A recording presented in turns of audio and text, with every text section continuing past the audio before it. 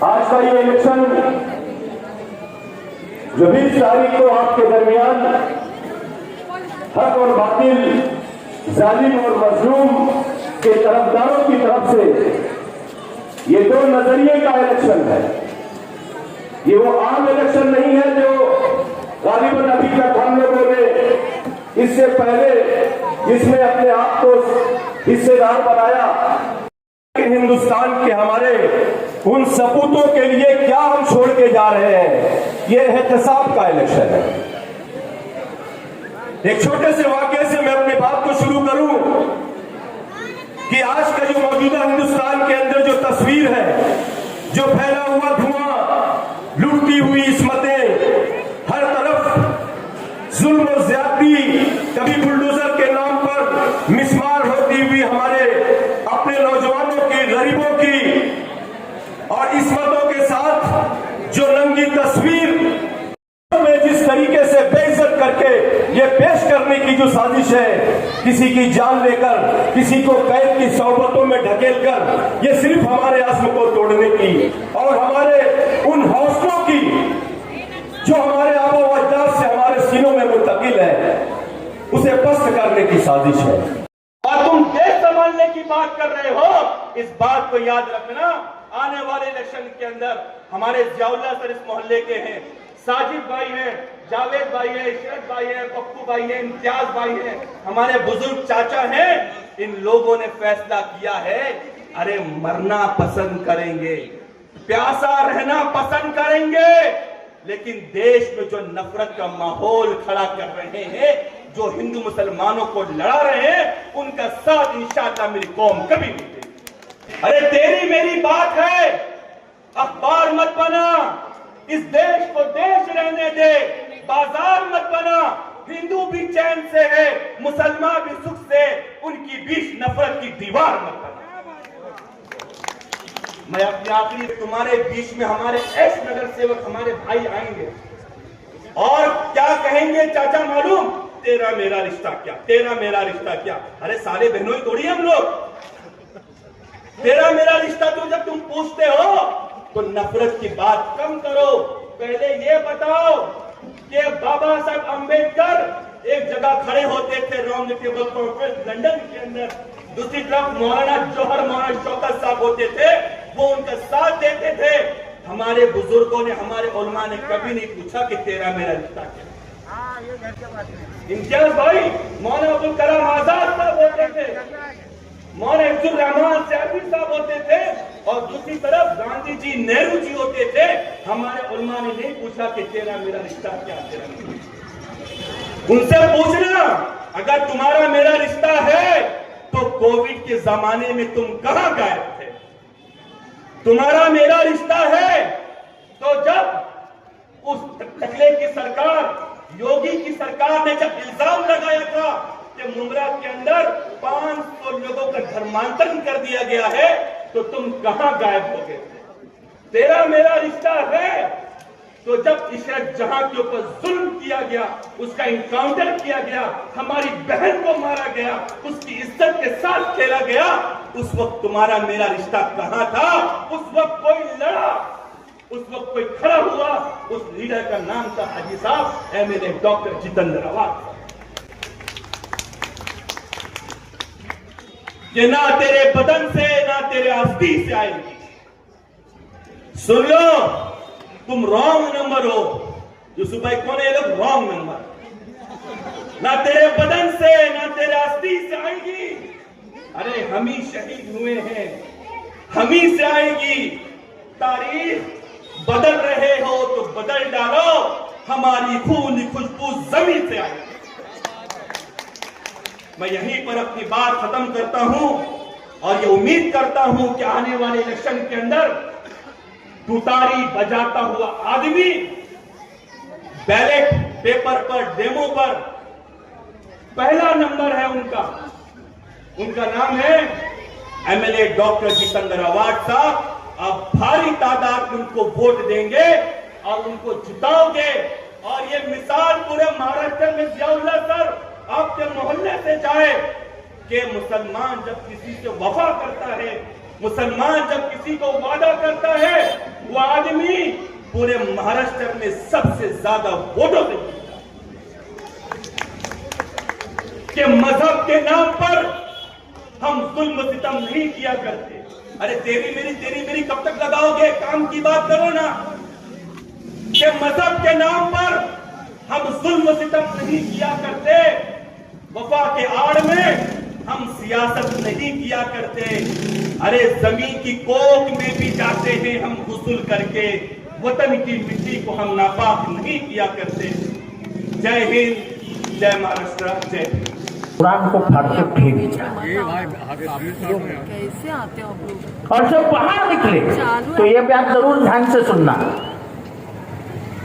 जितने भी घर थे गांव में उतने सब लूट लिए। ये क्यों बोल रहा हूं कि उस गांव में कम से कम 80-85% हिंदू। मेरी प्रधानशी नाम है, अस्सलाम वालेकुम रहमतुल्लाहि व बरकातहू।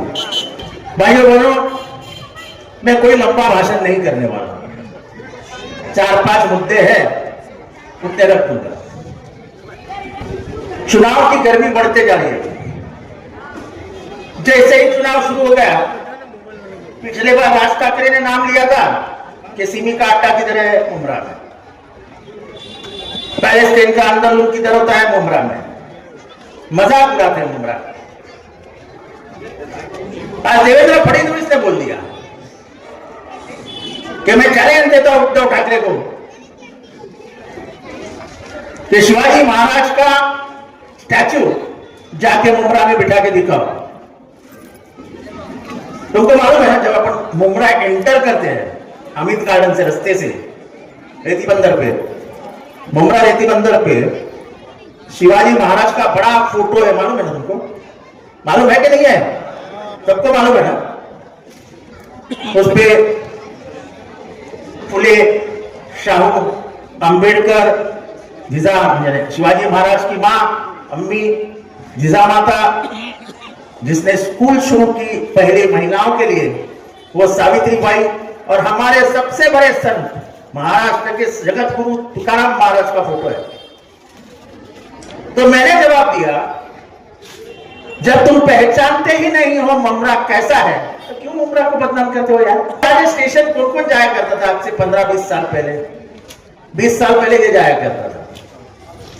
तो हमारे स्टेशन के बीच एक मंदिर था, मालूम है क्या? देवेंद्र फडणवीस जी को वो भी नहीं मालूम है। बोले मंदिर कहां है? देवेंद्र फडणवीस जी, मुमरा में मंदिर था, स्टेशन पे था, और वो बहुत गंदगी में था। हमने मालिक से बात की, मालिक को समझाया कि इस गंदगी में हम मंदिर नहीं रख सकते, हमको यहां से उसको हटाना है। पर हटाना है यानी हटाना नहीं है, बराबर उसके बाजू में स्टेशन पे एक बहुत अच्छा और प्यारा मंदिर बना के हमने दे दिया। कौन बोलता है मुमरा में मंदिर नहीं बना सकते हो? कौन बोलता है? मुमरा को बदनाम मत करो। मैंने उनको कहा कि चंद वोटों के लिए हमारे मुमरा शहर को बदनाम मत करो। एक जमाना था मुमरा को बदनाम करके बैंक नहीं आती थी, एटीएम नहीं आता था, लोन नहीं मिलता था, क्रेडिट कार्ड नहीं मिलता था, मोबाइल का सिम कार्ड नहीं मिलता था। ये सब हालतों से ये मुमरा शहर गुजरा है। पर जब हालात बदल गए, जब मुमरा की सोच बदली है, तो अब उंगलियां मत उठाओ, हम मंजूर नहीं करेंगे आपकी उंगलियों को। हमने कहा सोच बदलो, मुमरा बदलेगा। सोच भी बदल गई और मुमरा भी बदल गया। ये आपको मंजूर है? मुमरा बदल गया, ये आपको मंजूर है कि नहीं है?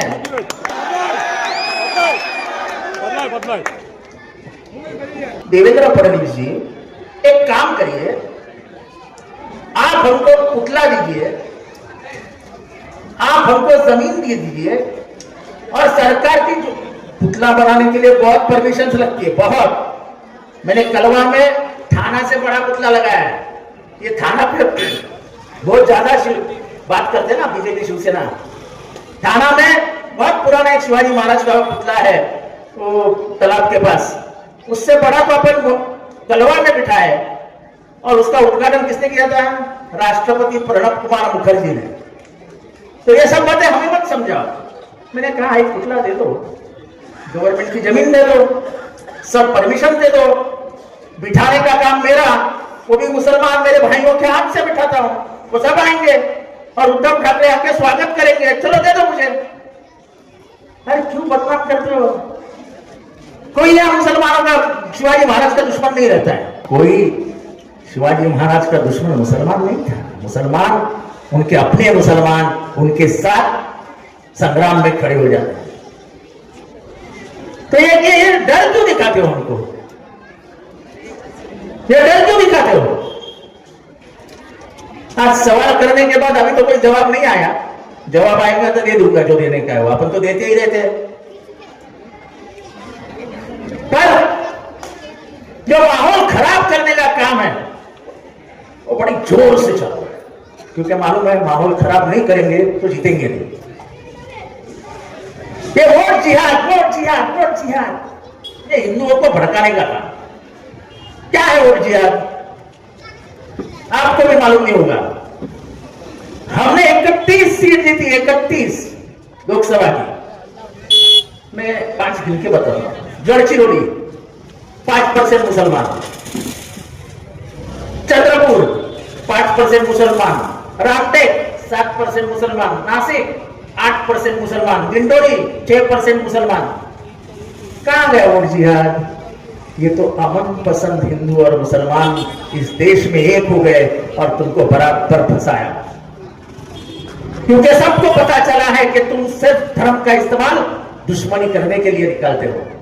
मुझे एक सादा सवाल, भैया अयोध्या तो पूरा हिंदुओं से भरा है, तो अयोध्या की सीट ओपन सीट तो अवधेश प्रसाद नाम के दलित से क्यों हार गए? क्योंकि अयोध्या में मंदिर बनाते वक्त हजारों हिंदुओं के घर तोड़े गए और उनका मुआवजा भी नहीं देने उन्होंने दिया। तो आदमी चिढ़ेगा नहीं क्या? तुम्हारे बाप के नौकर है क्या वो? जो 200-200 साल पुराने उनके मकान थे, एक दिन में आपने साफ कर दिया। बड़ा अंतरराष्ट्रीय कार्यक्रम किया राम मंदिर के नाम से। हम भी राम से उतनी ही मोहब्बत करते हैं जितने आप करते हो। पहले ही बारिश में इतना लीकेज हुआ कि सिर्फ राम लल्ला दररोज सुबह उस बारिश के पानी से नहाते थे। क्यों धर्म का इस्तेमाल करते हो राजनीति में? राजनीति में काम करने वाले को काम करने दो, जो काम करता है वो जीतेगा। ये देश गंगा जमुनी की तहजीब के लिए पहचाना जाता है, ये देश भाईचारे के लिए पहचाना जाता है। हमारी भाषा एक है, अलग है, लेकिन हम दिल से एक है, क्योंकि हम सब भारतीय हैं। ये देश हमारा है और तुम कितना भी तोड़ने की कोशिश करोगे ये देश नहीं टूटेगा।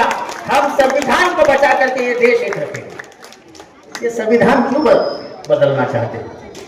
कि संविधान एक ऐसा धागा है जो हर आदमी को जोड़ के रखता है। जिस दिन ये संविधान निकल जाएगा समझ लो ये देश टूट जाएगा। संविधान में क्या लिखा है? संविधान में लिखा है मूलभूत अधिकारों में धर्म का स्वातंत्र्य। क्या मतलब है उसका?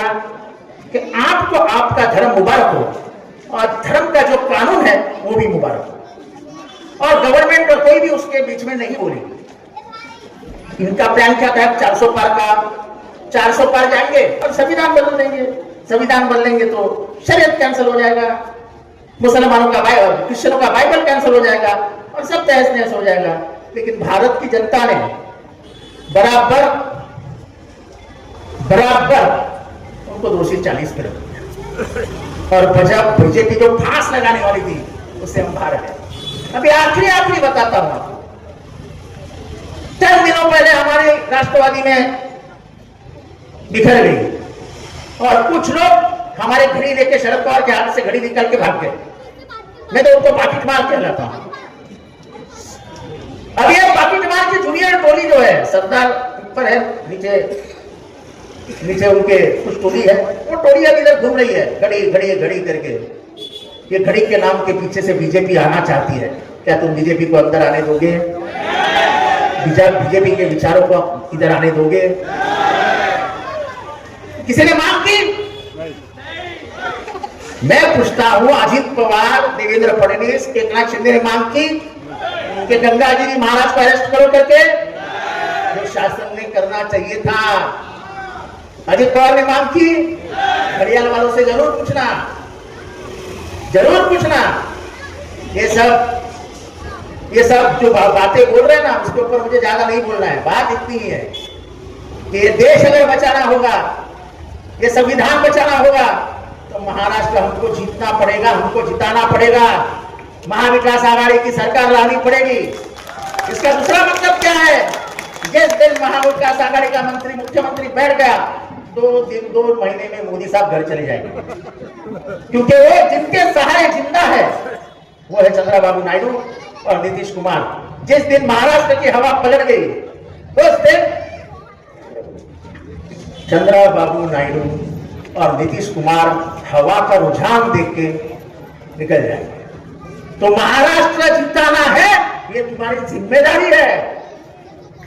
हमको मोदी को हटाना है। जिसने वक्त की हमारी जमीनें खाने को देखा है, उसको हम बाजू में कर देंगे। वक्त की जमीनें हमारे जिम्मेदारों ने, हमारे सुल्तानों ने, हमारे अमीरों ने, हमारे बड़े बड़े अमीर लोग थे, उन्होंने इस्लाम के लिए दिया है, मदरसे के लिए दिया, मस्जिद के लिए दिया है, कब्रिस्तान के लिए दिया है। अब मुझे करेक्टर बांटेगा, इसका मतलब क्या हो गया? क्या मुसलमानों की जो हक की जमीनें हैं, वो मुसलमान रेंगते हुए कलेक्टर के पास जाए और हाथ फैलाकर बोले हमको कब्रिस्तान के लिए जमीन दो? अरे हमारी बाप की जमीन है, सरकार को क्या लेना देना हमारी जमीनों से? और इसलिए हमारी बहन ने पहला विरोध किया लोकसभा में, सुप्रिया सुले ने, और हम इसको विरोध करते रहेंगे। वक्त की जमीनें हम जाने नहीं देंगे। और इसीलिए महाराष्ट्र में इंडिया अलायंस को जिताओ, जिसकी मीटिंग में अभी खराब करके यहाँ आया हूं, और यहाँ पे महाविकास आघाड़ी का मुख्यमंत्री बिठाओ। उसमें आपका अपना भाई जितेंद्र आव्हाड को वहां पहुंचाओ, जो हमेशा आपकी आवाज बना है। वो आवाज वहां बरकरार रखने के लिए मैं उतारी का बटन दबा के आपका वोट मांग रहा हूं। सिर्फ याद इतना दिलाता हूं, दररोज एक काम कीजिए, सुबह उठते ही 1 नंबर चिल्लाते रहो। मेरा बटन 1 नंबर, अपना वोटिंग मशीन पे नंबर 1 है।